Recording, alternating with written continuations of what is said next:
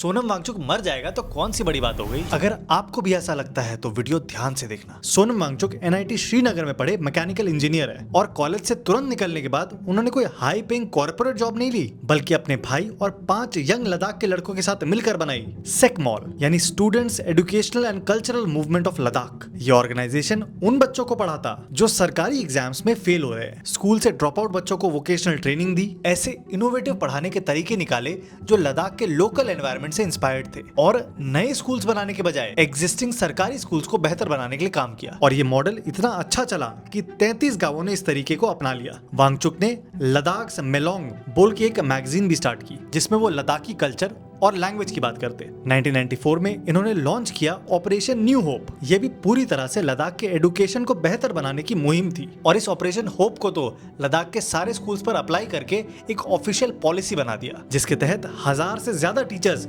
और volunteers train किए गए। और इन्हीं कामों की वजह से वांगचुक को Jammu and Kashmir governors medal भी दिया गया। अब सरकारी स्कूल पर काम करने के बाद इन्होंने अपना खुद का एक रेसिडेंशियल स्कूल खोला और उन बच्चों को उसमें रखा जो ट्रेडिशनल एजुकेशन सिस्टम में नहीं पढ़ पा रहे हैं। उस कैंपस को पूरी तरह से सस्टेनेबल बनाया, solar heating, lighting, cooking use करी, नई आर्किटेक्चर टेक्निक्स यूज की ताकि कैंपस पूरी तरह से इको फ्रेंडली हो। और ये टेक्निक्स इतनी सक्सेसफुल हुई कि इसकी इन्होंने शेशियोन सोलर अर्थ बिल्डिंग्स बोल के एक नया वेंचर स्टार्ट कर दिया जो पूरे रीजन में एनर्जी एफिशिएंट कंस्ट्रक्शन करती जो लद्दाख के क्लाइमेट को सूट करे। 2005 में इन्हें सेंट्रल गवर्नमेंट ने देश के एलिमेंट्री एजुकेशन की गवर्निंग काउंसिल का मेंबर भी बना दिया और इन्होंने नेपाल और भूटान के एजुकेशन को भी सुधारने में हेल्प की। 2012 में इन्होंने शुरू किया अपना आई स्तूपा वाला प्रोजेक्ट, जिसके तहत वो पानी जो वेस्ट हो जाता था उसे ठंड के महीनों में स्टोर करने का एक बहुत बेहतरीन तरीका निकाल दिया, फिर वो गर्मियों में पानी रिलीज करता। और यही आइडिया इन्होंने स्विट्जरलैंड तक पहुंचाया। इस काम के लिए इन्हें कई इंटरनेशनल अवार्ड्स भी मिले, जिसमें global award for sustainable architecture और रैमन मैगसेसे अवार्ड भी शामिल है। 2017 में इन्होंने एक और इंस्टीट्यूट